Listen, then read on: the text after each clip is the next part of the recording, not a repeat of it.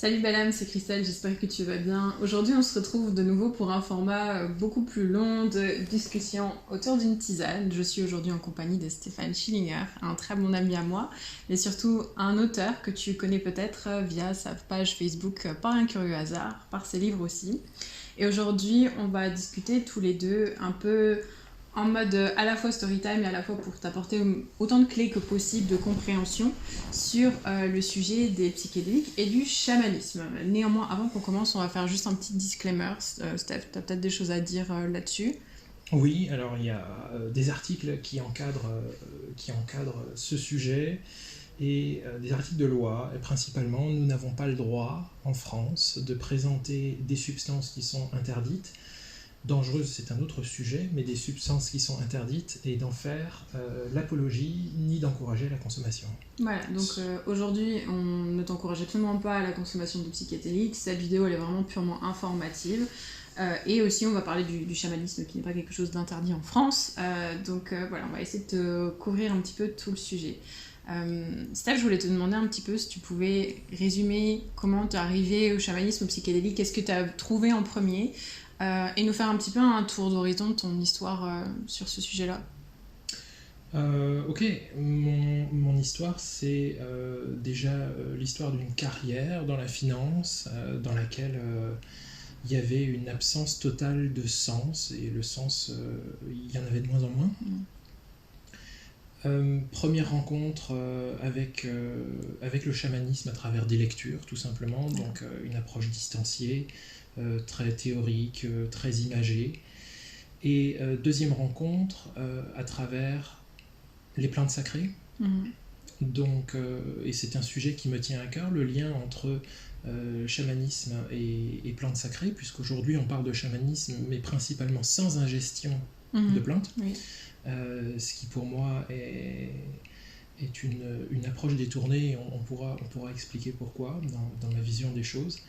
Et un voyage en Amérique du Sud. Ouais. Tu es allé au Pérou ? Voilà, Ouais. au Pérou. Et la découverte d'un monde derrière le monde. Donc il y a des documentaires à ce sujet, notamment sur une plante qu'on appelle l'ayahuasca. Le documentaire le plus connu est celui d'un ami qui est Yann Kounan et qui s'appelle D'autres mondes. Et avant de faire l'expérience, on voit le titre, D'autres mondes, ok. Mais l'expérience en tant que telle, que tu connais aussi, Oui. nous ouvre vraiment à un constat qu'on ne peut plus ignorer, c'est qu'il existe d'autres mondes et qui sont beaucoup plus tangibles que celui-ci, beaucoup plus réels que celui-ci, beaucoup plus grands. Corinne Sombrin, dans son approche du chamanisme, même sans psychédélique, son approche à elle, enfin son titre à elle, c'est un monde plus grand. Moi je parlerais plutôt d'autres mondes, immensément plus grands, et surtout le plus perturbant, c'est que ces autres mondes, une fois qu'on s'y promène, par l'intermédiation d'une plante, de l'ingestion d'une ou plusieurs plantes, qu'on appelle plantes sacrées ou plantes de médecine en Amérique du Sud, mais il y en a aussi en Europe, et bien ces autres mondes sont beaucoup plus réels que ce monde-là. Ce monde-là, on en fait l'expérience avec nos 5 sens, et nos 5 sens ont des plages extrêmement limitées. On sait aujourd'hui que nous voyons à peu près 1% de tout ce qui existe, nous entendons à peu près 1% de tout ce qui existe, donc on ne se trompe pas trop si on dit que l'expérience qu'on est en train de faire là en ce moment, c'est l'expérience de 1%, peut-être même un petit peu moins, de ce qui existe. Eh bien, l'ingestion de plantes sacrées nous amène peut-être à faire l'expérience de 2%. Et voilà. Ok, moi j'aimerais que tu situes un petit peu, en termes de terminologie, de quoi on parle, la différence entre le chamanisme, le psychédélisme, où est-ce que les deux se rejoignent aussi, parce que je pense qu'il y a plein de gens qui ont entendu parler de chamanisme sans forcément parler de plantes.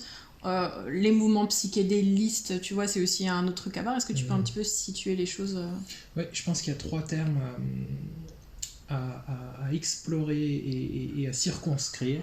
C'est chamanisme, psychédélique et antéogène. Ouais, d'accord. Et donc, le chamanisme, pour le faire très simple, sachant que tout le monde aujourd'hui, c'est très à la mode, donc on a autant de définitions que de personnes. Il y a quand même des approches un petit peu plus académiques, comme Mircea Eliade, qui a écrit plusieurs livres à ce sujet, et des études très sérieuses. pour le simplifier et le réduire, c'est l'acte d'intermédier entre plusieurs réalités. Voilà l'approche que je propose lors de cette vidéo pour faciliter le discours, pour faciliter la compréhension et l'articulation du sujet. C'est l'acte de se positionner en médiateur entre, pour le dire simplement, plusieurs mondes. Certains vont dire le monde des esprits, mais je trouve ça un petit peu réducteur parce que ce n'est pas que le monde des esprits, c'est le monde sur lequel le nôtre est construit, un monde sous-jacent. Et on constate un empilement de plusieurs réalités, de nature fractale, infinie, et le chamanisme serait la création de ponts entre ces dimensions, et aussi, et c'est une dimension qui m'importe beaucoup, la capacité d'en ramener quelque chose. Des enseignements, des informations, etc. Voilà pour comment on pourrait cadrer ce qu'est le chamanisme. Ouais, d'accord. Souvent, ça se fait par l'intermédiaire de la nature, avec l'ingestion de produits naturels ou avec la communion avec la nature, mais pas que. Et là, on accède plutôt à des considérations néo-chamaniques. Voilà, c'est l'adaptation d'un chamanisme traditionnel à notre mode de vie, à notre occidentalité, notre potentielle superficialité. Ensuite, on a deux termes qui vont nous permettre de mieux aborder les sujets, mieux aux spectateurs de mieux comprendre de quoi on parle. C'est les termes psychédéliques et entéogènes. Dans tout ce qu'on va appeler les drogues, en France, déjà le terme a une connotation péjorative. En France, une drogue, c'est tout ce qui va modifier notre perception. Ça veut dire qu'il faut y inclure l'alcool, le tabac, le café, la pire de toutes, le sucre, et bien sûr cocaïne, héroïne, ayahuasca, MDMA, LSD, toutes ces substances interdites. Mais dans le terme drogue, il est important d'y inclure aussi toutes les substances légales qui ne sont pas les moins dangereuses, mais probablement les plus dangereuses. On va voir aussi qu'est-ce qui constitue la dangerosité d'une substance. Quels sont les paramètres qui vont nous faire dire que, ou plutôt faire dire à l'OMS, l'Organisation mondiale de la santé, que quelque chose est dangereux ou pas. On pourra y revenir plus tard, mais je pense que c'est une notion importante. Et donc dans cette grande catégorie, ce grand fourre-tout qui ne veut strictement rien dire de drogue, il y a des substances qu'on va appeler psychédéliques. La composition de psychédéliques, c'est psyché, la psyché, délique qui délie. Donc des drogues qui vont délier la psyché, voire qui vont permettre à l'expérimentateur d'approfondir et d'élargir sa conscience de la réalité. Et donc dans cet univers fourre-tout qu'on appelle les drogues, il y a les substances qui sont addictives, les substances qui sont non addictives, les substances qui viennent restreindre notre perception de la réalité, comme l'alcool, l'héroïne, la cocaïne, ou des substances qui viennent ouvrir notre perception de la réalité, nous rendre plus sensibles, plus conscients, et qui nous permettent d'accéder à des plans de réalité qui sont beaucoup plus complexes et profonds que les nôtres. Les psychédéliques sont cette catégorie qui ne génèrent aucune addiction et qui viennent ouvrir l'esprit et ouvrir nos perceptions. Donc ça, c'est la définition d'un psychédélique. D'accord. Ensuite, il y a une dernière notion, antéogène. Donc la racine antéogène, ça vient de théos, Dieu, gène qui génère, et le préfixe en qui génère Dieu en nous, et qui donne le sentiment du divin en nous. Donc au milieu des psychédéliques, nous avons encore une sous-catégorie qu'on appelle les antéogènes, qui sont souvent des substances naturelles, qui ne sont pas sorties d'un laboratoire par exemple, et dans ce mouvement relativement récent de légalisation des antéogènes aux États-Unis, il y a eu besoin, dans leur cadre juridique, dans cet environnement légal, de différencier qu'est-ce qu'un psychédélique et un antéogène. Et en fait, aux États-Unis, ils ont déterminé qu'un antéogène, c'était un psychédélique, mais qui avait un usage traditionnel. D'accord. Voilà. Donc, par exemple, alors, c'est pas tout à fait juste, mais pour illustrer mon propos, on considère sous cette lumière-là que le LSD est un psychédélique, mais pas un antéogène, puisque dans la forme actuelle où le LSD circule, c'est-à-dire une molécule synthétique ou extraite d'un laboratoire, en tant que telle, elle ne fait pas l'objet d'un usage traditionnel depuis des millénaires. Même si l'usage de l'ergot de seigle, dont est issu le LSD, fait l'objet d'un usage millénaire et traditionnel, et donc l'ergot de seigle en tant que tel est un antéogène. Le LSD n'est pas considéré comme antéogène au regard de la loi aux États-Unis, quand bien même il génère le sentiment du divin en soi. Voilà un exemple. Mais pour faire très court, les drogues, petite catégorie les psychédéliques non addictifs et qui vont générer des prises de conscience et un approfondissement des sens et de la réalité. Et dedans, tous ces psychédéliques qui ont une dimension sacrée, traditionnelle ou religieuse. D'accord.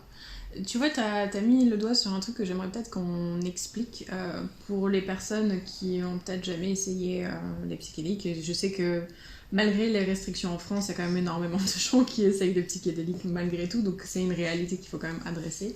Il y a beaucoup de gens qui se posent la question, mais quand on commence à prendre des substances qui modifient du coup notre perception, comment est-ce qu'on peut dire que c'est pas vraiment addictif vu que les gens ils y retournent encore et encore, tu vois, parce que c'est souvent ce paradoxe en fait qui est montré du doigt. Bien sûr. La particularité des psychédéliques par rapport à des substances extrêmement addictives, et on place dans les substances extrêmement addictives essentiellement tabac, alcool, sucre, cocaïne, héroïne, pour le faire de manière assez simple sans rentrer dans plein de substances qu'on ne connaît pas ici, enfin qui ne sont pas très connues. Ces 5 substances sont considérées comme les plus addictives, avec en top 3 héroïne, alcool et sucre. Ces substances-là donnent des expériences qui sont qualifiées par les expérimentateurs comme agréables. Et quand on en sort, donc une gueule de bois, ou une personne en manque d'opiacés, c'est très difficile. Pour les psychédéliques, on pourrait vulgariser cette différence avec une expérience en tant que telle qui n'est pas forcément agréable, puisqu'on se prend beaucoup de choses dans la gueule, des vérités, des blessures, des traumas, des expériences qui ne sont pas destinées à nous faire prendre de la distance avec la réalité ou de masquer la réalité, mais au contraire, de regarder encore plus près. De regarder la réalité plus près, et c'est souvent relativement confrontant. Ce qui fait que pour les usagers des psychédéliques, on peut déjà rentrer un petit peu dans des détails quand même, parce que parlons de l'ayahuasca. L'ayahuasca, tu vomis, souvent tu as des problèmes digestifs, tu pleures, il y a des gens qui crient, toi tu as dû voir des choses au Pérou assez impressionnantes aussi, tu vois, on peut pas vraiment dire que c'est une expérience que moi j'aime qualifier de confrontante et difficile. Et du coup, que ce soit l'ayahuasca, le LSD, les cactus sacrés, après l'expérience, le premier truc qu'on se dit en général, le premier truc qu'on a envie, c'est surtout de ne pas recommencer. Je vais refaire, c'est clair. C'est clair. Donc ce sont des expériences qui, selon les descriptions qu'on en fait, et même les études scientifiques à ce sujet, que les usagers qualifient comme life-changing, c'est-à-dire des expériences qui changent la vie pour toujours, très souvent dans le bon sens. Et là, on est purement sur des faits, sur des études, factuel, sur du factuel et sur des études scientifiques qui mesurent la perception de cette expérience ou de ces expériences psychédéliques. Pour autant, c'est très difficile d'y retourner, puisqu'on sait ce qui nous attend, et ce qui nous attend, c'est la communication avec une autre dimension de la réalité qui nous renvoie nos responsabilités au visage de manière parfois assez brutale, et qui sont utilisées, aujourd'hui il y a beaucoup d'études à ce sujet, qui sont utilisées pour nous guérir de nos addictions, pour guérir de perversions, pour guérir de traumas, notamment le stress post-traumatique, pour guérir de l'alcoolisme dans le cas du LSD. Mais même tu as l'iboga aussi qui est utilisé dans des cliniques, effectivement. L'iboga, donc, c'est une racine d'un arbuste africain qui est aussi psychédélique et qui est utilisé dans certaines cliniques, je crois en Afrique du Sud principalement, bien sûr, pour soigner tout ce qui est addiction. Absolument, absolument. Et on se rend compte, donc, un mouvement, alors j'allais dire planétaire, mais qui est plutôt centré sur l'Amérique du Nord et le Canada. Mais oui, j'allais dire, au Canada, tu peux acheter des microdoses de champignons, il me semble. Absolument, absolument, mais c'est surtout les études scientifiques et les entreprises qui fleurissent autour des psychédéliques et de substances un petit peu dérivées comme la kétamine, le LSD, pour voir toutes les applications thérapeutiques. Du coup, ce qui est agréable en fait dans l'expérience, c'est vraiment ce qu'on en retire. C'est pas l'expérience en elle-même, mais vraiment pas forcément agréable. Dans le cas, par exemple, moi de mon expérience avec l'ayahuasca, j'ai vraiment vécu des trucs pas drôles du tout, que j'ai absolument pas envie de revivre non plus, mais c'est vrai que. Enfin, c'est pas vraiment un afterglow, quoi, ce qu'on vit, mais il y a une forme de libération en fait qui s'est créée. C'est pas une. Comme tu disais avec le sucre, en fait, eh ben, je vais mal, je vais faire quoi? Je vais manger un gâteau, boum, je vais me sentir mieux. C'est pas du tout le même réflexe, en fait. Là, ça va être, ben, ça va pas, je vais aller rentrer à l'intérieur de moi-même, je vais aller guérir ce qui a besoin de guérir. En fait, je vais vraiment ressortir avec ben, un poids, en fait, qui s'est allégé, quelque chose qui s'est débloqué. Oui, c'est important ce que tu dis, c'est je vais mal, je vais prendre un gâteau, je vais aller mieux. Alors, les gens ne le conscientisent pas comme ça, mais en général, ils éteignent leurs émotions avec la bouffe, et effectivement, quand on est en shoot de sucre, nos émotions sont apaisées. Ou je rentre d'un travail stressant le soir, et puis je me prends mon verre de rouge, je connais plein de gens dont c'est le rituel. Là, on est clairement dans une fuite de la réalité, dans une fuite de nos émotions, sachant qu'avec une autre substance dite psychédélique ou antéogène, on va pas aller mettre une chape sur nos émotions ou les calmer. En fait, on va ouvrir en deux les émotions vont nous exploser à la gueule jusqu'au moment où nous sommes obligés de les traverser, de les comprendre et de les intégrer. C'est en cela que les psychédéliques sont nettement moins addictifs que des choses qu'on consomme tous les jours, comme le sucre, l'alcool, le tabac. Voilà. Et comme dit en cérémonie, tu croises toujours des gens qui hurlent, qui pleurent et qui disent que plus jamais ils vont le refaire, mais qui sont très heureux d'avoir fait l'expérience quand même, quoi. Absolument. Absolument. Donc voilà, dans cet univers qu'on appelle injustement drogue, faute de mieux, il convient vraiment de séparer les substances addictives non addictives, les substances qui viennent restreindre notre champ de perception en limitant nos sens, et les substances qui viennent ouvrir en augmentant les plages de perception de nos sens et en nous permettant d'élargir et d'approfondir notre conscience de ce qui est en train de se jouer ici. Et tu vois, toi qui es aussi thérapeute, donc forcément tu vas approcher quand même la psyché humaine. On est quand même d'accord qu'il y a une catégorie de personnes pour qui c'est pas une bonne chose en fait de faire cette expérience. Est-ce qu'on peut peut-être en parler pour faire aussi un peu de prévention clairement aussi sur le sujet? Oui, alors ce sont des substances qui sont considérées par l'inconscient collectif et par la société comme dangereuses pour plusieurs raisons. Déjà parce que l'abus de toute chose est dangereuse. On peut mourir d'une overdose d'eau quand même, de sel, de sucre, enfin c'est des choses quand même importantes, sauf que dans les substances qu'on consomme tous les jours, qui sont légales, on est tellement éduqué à la consommation de ces substances, qu'on ne va jamais dépasser les doses prescrites. Si on se dit ce soir, bah tiens, on va faire la fête, on va boire l'alcool, on boira un verre, 2 verres, les verres sont dimensionnés d'une certaine manière, parce qu'il est difficile de se tuer avec. Il faudrait boire 15 verres d'un coup, et à aucun moment, si une personne te dit je veux expérimenter l'alcool pour la première fois de ma vie, à aucun moment tu lui tends une bouteille de vodka, mais tu vas lui tendre 1 centilitre de vin. Donc il y a une éducation qui est faite, qui est ancrée dans notre société pour les psychédéliques. LSD, MDMA, ayahuasca, champignons hallucinogènes, etc. Personne n'est éduqué à ça. L'alcool, quand on le boit, il monte en 5-10 minutes. Un psychédélique, de manière générale, même si c'est différent pour toutes les substances, si on devait établir une généralité, on est aux alentours d'1 heure. Ce qui fait que tous les jours, des adolescents qui veulent essayer ces choses-là, je dis n'importe quoi, prennent de la MDMA ou un carton de LSD, au bout d'1 heure, il dit bon, bah ça me fait rien, au bout d'une demi-heure, il dit ça me fait rien, on va en prendre un deuxième, et puis effectivement, on est dans du surdosage, dans des expériences extrêmement difficiles.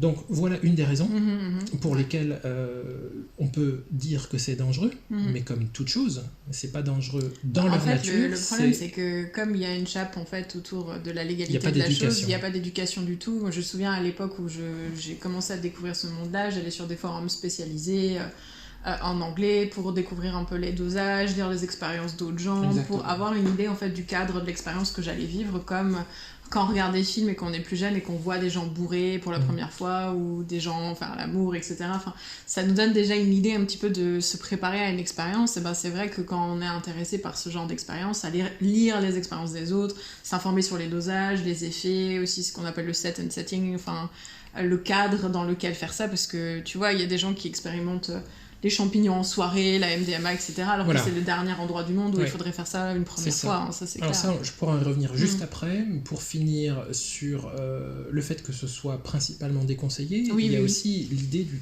terrain fragile, Ouais. du terrain psychotique par Ouais, exemple. ouais. Et ces gens-là Ouais. qui ont des fragilités psychologiques, on peut pas plus le déconseiller. Ouais, Quoi, ouais. hein. Tu vois, moi, pour redonner mon expérience, c'est vrai que j'ai essayé tout ce qui était psychédélique plus jeune.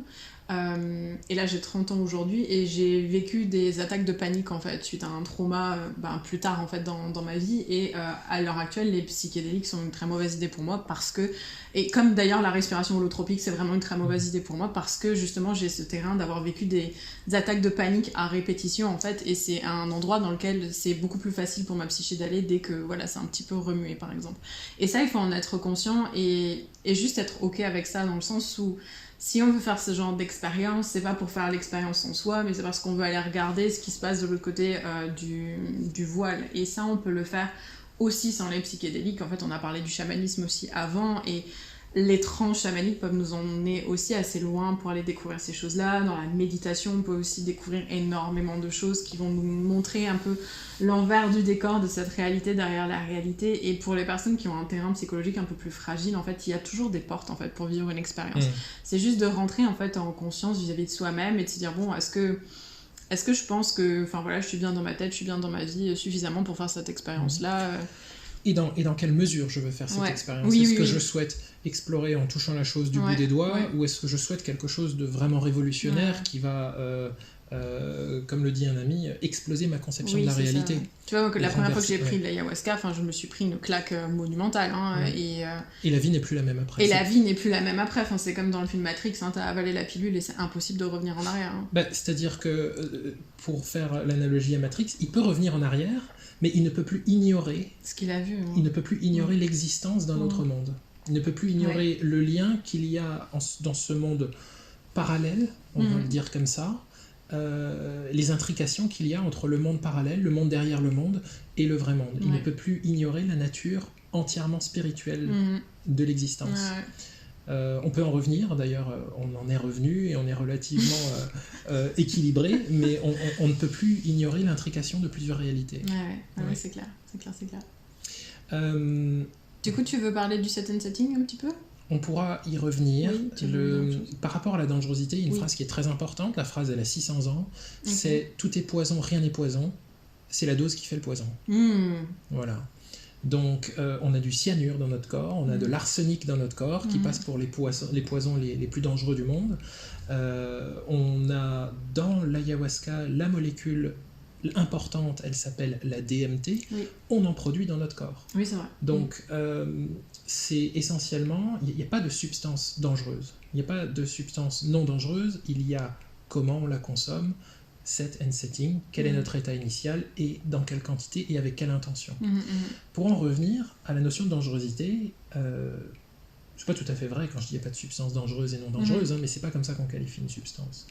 Au regard des institutions, la dangerosité, je vais passer vite là-dessus, mais il faut que ce soit dit quand même. La dangerosité, elle s'exprime selon 4 facteurs. Les dommages qu'il fait, les dommages que la substance cause au corps de l'expérimentateur, le caractère addictif d'une substance, le dommage qu'il crée à la société, et quatrièmement, c'est la proximité entre la dose efficiente et la dose mortelle. Alors, par exemple, pour l'héroïne, elle est de 1/6. Pour le tabac, je sais aussi que... Pour le tabac, je ne veux pas dire de l'ingestion bêtises. En fait, du jus de tabac, entre la dose qui est active et la dose qui est mortelle, c'est très proche. C'est très proche aussi, on doit être sur 1/15, 1/20. Pour l'alcool, on est de 1/20. Sur le café, on est de 1/50. Et pour les psychédéliques, LSD, psilocybine, DMT, on est théoriquement à 1/10 000.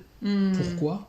Parce que personne n'est jamais mort d'une ingestion de LSD ou d'une ingestion directe de psilocybine. Donc, en théorie, dans les études scientifiques, on met un repère, c'est de 1/10 000. Donc, on a un écart entre la dose efficiente et la dose mortelle. Mais là, on parle d'un point de vue organique, en fait. C'est pas d'un point de vue psyché, en fait. Voilà. Et donc, à la lumière de ces quatre critères, chaque année sort un classement. Et dans ce classement, chaque année sans exception, au fur et à mesure de l'avancée des études, c'est l'alcool qui revient selon ces 4 critères substance la plus dangereuse, héroïne en numéro 2, cocaïne en numéro 3, tabac en numéro 4. C'est quand même vachement intéressant de se rendre compte que parmi les 4 drogues les plus dangereuses du monde, il y en a 2 qui sont légales, qu'on consomme tous les jours. Le sucre ne fait pas partie de cette étude, mais donc on ne le sait pas, mais peut-être en haut de classement en raison de son caractère extrêmement addictif et les dommages qu'il crée sur le corps. Ce qui est intéressant, c'est qu'est-ce qu'il y a en bas de classement, et en bas de classement, on trouve les psychédéliques et les antéogènes. On trouve le LSD, on trouve la psilocybine, qui est la substance active des champignons hallucinogènes, on trouve la DMT, et on constate une réelle déformation de perception par nos sociétés qui manquent de culture à ce sujet. Et puis on peut même clairement parler de notre pays en fait, parce que ailleurs en Europe c'est pas du tout forcément le même son de cloche, tu traverses l'Atlantique, c'est pas le son de cloche, il faut quand même voir qu'il y a des choix politiques en fait. Voilà, nous on respecte le cadre légal dans cette vidéo, mais ça ne coûte rien de dire qu'effectivement les cadres légaux sont différents d'un pays à l'autre, et du coup l'approche en fait de tout ça et la politisation de ces choses-là, en fait, elle dépend réellement du pays dans lequel on se trouve. Tout à fait. Tu vois, par exemple, au Pérou, l'ayahuasca a été patrimoine national. Patrimoine national et culturel du pays. Il y a plus de pays dans le monde où l'ayahuasca est autorisée que l'ayahuasca est interdite. Pas loin de la France, collé à la France, il y a la Suisse. En Suisse, il y a des thérapies au LSD. Donc, c'est vraiment... la vérité est une question d'époque, mais aussi une question d'endroit. Ouais, c'est clair, c'est clair. Revenons un peu, tu vois, dans le set and setting, parce que ça me semble quand même super important, la question de l'intention et du cadre. Tu vois, je discutais il y a pas longtemps avec quelqu'un qui est intéressé avec l'ayahuasca, et qui me disait, mais moi j'aimerais aller me promener dans la nature après avoir bu mon verre d'ayahuasca, tu vois. Ouais, je comprends. Et c'est pas forcément une bonne idée en fait. Et c'est quelque chose qui est très important en fonction des psychédéliques et même de l'expérience chamanique qu'on va faire. Là, en parlant de chamanisme sans l'utilisation d'une plante, le cadre est extrêmement important. Pourquoi ? Déjà pour des questions de sécurité, déjà de base, mais aussi pour des questions de vivre l'expérience de la meilleure manière qui soit. Effectivement, vivre une expérience chamanique, même au tambour, dans un endroit où on n'est pas au calme, où il y a des gens qui passent constamment, c'est une très mauvaise idée. Absolument. Comme le fait d'aller prendre de l'ayahuasca, d'aller se promener en forêt après, et d'espérer peut-être faire une randonnée, c'est de la folie aussi, en fait. Et là, c'est vraiment une question déjà de se renseigner, effectivement. C'est ça, se cultiver, se renseigner, savoir ce qu'on fait et savoir pourquoi on le fait. Tu donnais tout à l'heure l'exemple de gens que tu as croisés qui prenaient des champignons pour aller s'amuser en soirée. Ce n'est pas fondamentalement mauvais, c'est juste pas pertinent du tout. C'est-à-dire que ces substances sont porteurs d'un enseignement tellement profond et insoupçonné pour le néophyte que d'aller prendre ça en soirée, ce serait comme... je sais pas moi, ce serait comme se rendre à New York en vélo, quoi. C'est-à-dire ça peut fonctionner, mais c'est très peu pertinent, voire même compliqué. Et c'est là aussi le set and setting, c'est-à-dire que chaque substance va avoir son utilisation et son intérêt. On ne prend pas de l'alcool pour aller bosser le matin. Les gens prennent de l'alcool pour se relaxer le soir. Les gens qui consomment de la cocaïne, ils en prennent pas avant de se coucher. Ils en prennent pour se réveiller le matin ou pour aborder le monde avec plus de confiance quand ils ont un manque de confiance en eux, puisque c'est souvent le cas. Et ben c'est pareil, tu citais l'ayahuasca, il y a une notion intéressante dans la tradition. La tradition n'est rien d'autre qu'un protocole. Aujourd'hui, dans les entreprises, on a des protocoles dont la raison d'être est de préserver les intérêts de l'entreprise. On appelle ça des protocoles. Eh bien, une tradition, dans un monde et dans un temps, il y a 3000 ans, où on n'avait pas forcément l'écrit dans certaines traditions, etc., dans certaines cultures, nous avons des traditions qui est une manière de bien faire quelque chose pour préserver la survie de la société en tant que telle et de l'usager. Et c'est en cela que dans le chamanisme et dans la consommation des antéogènes, puisque les deux, on y reviendra, sont étroitement liés, voire même confondus, et c'est une notion sur laquelle j'insisterai beaucoup, eh bien la tradition est intéressante, ne serait-ce que de la regarder. En fait. Pourquoi cette tradition est là ? Il y a des raisons. On peut aller plus loin tout de suite. Par exemple, ce qui est intéressant, c'est que dans l'ayahuasca, dans les traditions chamaniques qui pratiquent ce rituel et cette ingestion de plantes sacrées, on nous propose de suivre une diète. Cette diète est d'une importance capitale. Capitale, cruciale, fondamentale. On ne le dira jamais assez. Et en fait, on ne sait pas pourquoi, mais on la suit en fait. Voilà, il ne faut pas manger de viande, pas de matière animale, des fruits, des légumes, pas tous les fruits, pas tous les légumes, pas de sel, pas de gras, en fait, pas d'alcool, un régime pas de sexe aussi, pas de sexe et pas de produits fermentés. Donc on oublie l'alcool, on oublie les drogues et on oublie le tofu et on oublie plein de choses. On oublie les bananes trop mûres, les avocats trop mûrs. Donc c'est une diète extrêmement restreinte et quand on va là-bas, eh ben, on se pose pas de questions, on dit bon, c'est la tradition et peut-être même qu'un esprit sceptique dira c'est une superstition. On respecte et on le fait. Mais quand on plonge dans la science, on se rend compte qu'il y a une interaction. Bonne raison pour une très bonne raison, vitale. Oui, j'en ai fait les frais une fois. J'en ai fait les frais. Une raison vitale qui est l'interaction indésirable entre une des molécules de l'ayahuasca, qui est l'armaline, et une molécule qu'on pourrait assimiler au vieillissement alimentaire, qui est la tyramine. Et donc ces deux molécules peuvent créer ce qu'on appelle un syndrome sérotoninergique.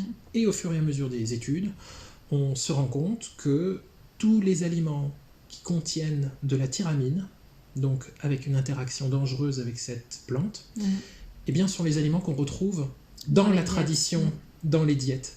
Et c'est intéressant de voir que on nous donne une tradition que certains peuvent prendre comme une superstition, mais quand la science se penche dessus, la tradition est basée sur une approche empirique de mauvaises expériences, et les deux, c'est-à-dire l'approche traditionnelle et l'approche scientifique, sont vraiment très très similaires. Et là où il y a des différences entre l'approche traditionnelle de la diète et l'approche scientifique de la diète, c'est sur les aliments qui ne se trouvent pas en Amérique du Sud, qui n'ont pas pu par conséquent faire partie de la tradition. Il y a quelque chose aussi, ça me fait penser à ça, qui me semble vraiment super important qu'on aborde, c'est la question de chaman, pas chaman, parce que je pense que toi t'as vu de tout et n'importe quoi probablement, enfin, sur la question de se faire accompagner par des personnes qui sont chamanes, pseudo-chamanes, à quoi ça sert, comment savoir si on est avec les bonnes personnes pour faire ça, et si on le fait dans un cadre traditionnel, comme il y a des cadres qui le sont moins, comme tu as parlé de l'exemple de la Suisse par exemple. Qu'est-ce que c'est un sujet sans fin qui pourra dans cette vidéo, suite à cette vidéo, générer beaucoup de critiques quant à ma position. Pour moi, quelqu'un qui se prétend chaman, je pense que c'est une bonne raison pour partir en courant. Rien que le fait de se... Et j'ai conscience du caractère abrupt de ma position. Je pense qu'on est chaman parce qu'on est reconnu comme tel, et non pas parce qu'on se déclare chaman. Il y a déjà, dans le fait de se déclarer chaman, je pense, il y a de fait un manque d'humilité. Je ne connais personnellement pas, dans mon expérience qui n'a que 10 ans, je ne connais pas de chaman qui se déclare chaman.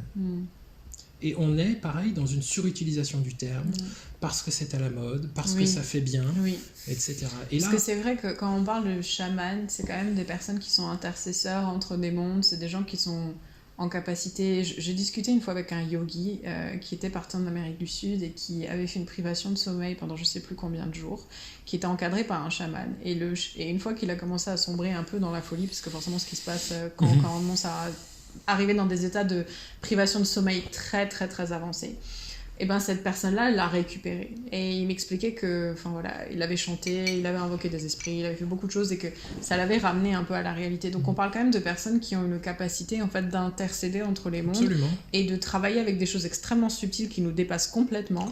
Et c'est en Amérique du Sud, mais aussi dans d'autres traditions, quelque chose qui se transmet généralement dans une famille. C'est quelque chose qui se démarre un apprentissage depuis l'enfance. Il y a une notion transgénérationnelle, il y a une notion d'apprentissage qui ne se fait pas sur 5 ou 10 ans.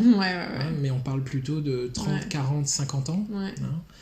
Il y a aussi dans cette approche une nuance à apporter et une différence entre je suis chaman et je fais un travail chamanique. Clairement.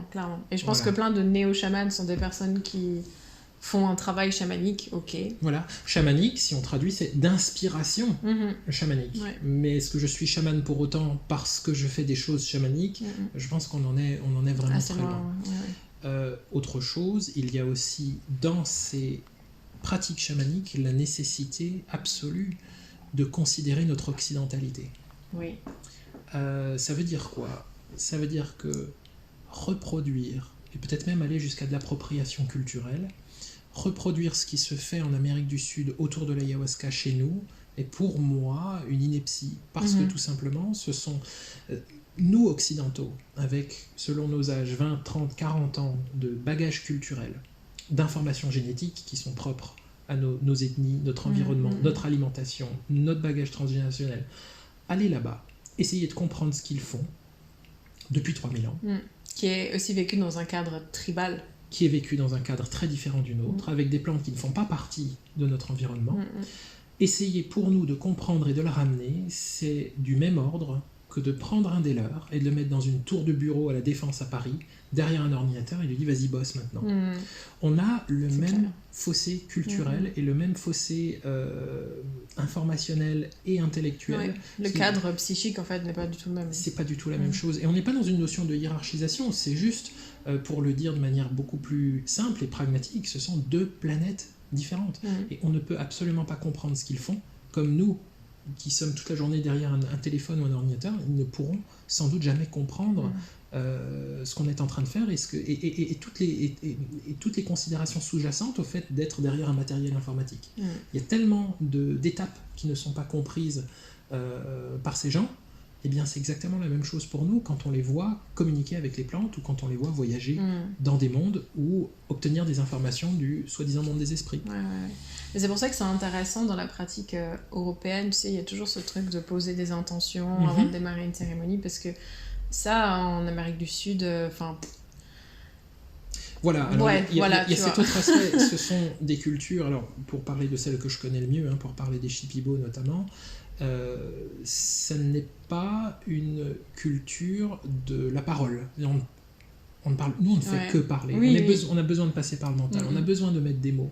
Un chaman Shipibo, tu lui expliques que tu as des problèmes avec tes parents et que c'est tout ça, c'est très freudien, etc. Il se sent presque insulté puisqu'il ne comprend pas de quoi tu parles. Puisque, et c'est tout à fait normal. Et je pense que on a beaucoup à apprendre. C'est parce que leurs informations dans leur rapport générationnel, dans leur rapport à leur culture, dans leur rapport au deuil, surtout le rapport au deuil, leur rapport aux parents, ils ont résolu plein d'étapes que nous n'avons pas résolues chez nous, tout simplement parce que nous sommes coupés de la nature et on a remplacé le contact intime avec la nature par des mots. Donc nous, on s'est distancié de quelque chose de fondamental avec lequel eux sont en contact permanent. Ils n'ont pas besoin des mots. Oui, c'est ça, Ok, bon, je pense qu'on a fait quand même déjà un bon gros tour d'horizon de la question.